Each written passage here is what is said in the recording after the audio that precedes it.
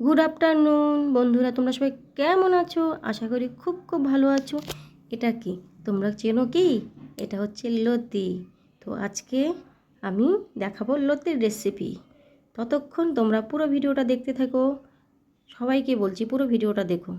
দেখো, আমি লতিটা কেটে কুটে পরিষ্কার করে নিয়েছি, নুন দিয়ে মাখিয়ে রেখে দিয়েছি। আর এটা হচ্ছে কাঁচা কলা। আমি কাঁচা কলা দিয়ে মাছের ঝোল করব।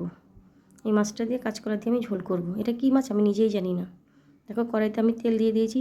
যারা নিরামিষ খাও, মাছ একদমই খাও না, তাদের জন্য তো এই রেসিপিটা একদম পারফেক্ট। কারণ আমি লতিটা একদম নিরামিষ করেছি। লতিটাকে হালকা সেদ্ধ করে নেবে। দেখো, আমি 50% সেদ্ধ করে নিয়েছি। তো তোমরাও লতিটা হালকা সেদ্ধ করে নেবে। অবশ্যই একটু নুন দিয়ে সেদ্ধ করবে, তাহলে গলাটা কুটকুট করবে না। তো দেখো, আমি লতিটা সেদ্ধ করে নিয়েছি। এর মধ্যে নুন আমি হাতে মাখিয়ে করব লতিটা একদম। কলা পাতায় দেবো ভাবছিলাম, কিন্তু আমাদের এখানে কলা পাতা আমি খুঁজেই পাইনি, তাই আমি কড়াইতেই করেছি। এটা হচ্ছে লতি পাতুরি। তো দেখো, নুন দিয়ে দিলাম, হলুদ দিয়ে দিলাম, সঙ্গে ছিল কাঁচা লঙ্কা সর্ষে বাটা।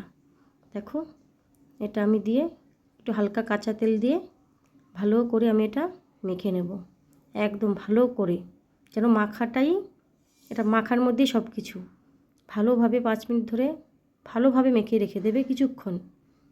আমি মেখে রেখে দিয়েছি কিছুক্ষণ। এই দেখো, একদম কমপ্লিট আমার মাখাটা। দেখেছো? পুরো ভিডিওটা দেখার অনুরোধ রইল। অনেক কষ্ট করে আমরা ভিডিওগুলো করি।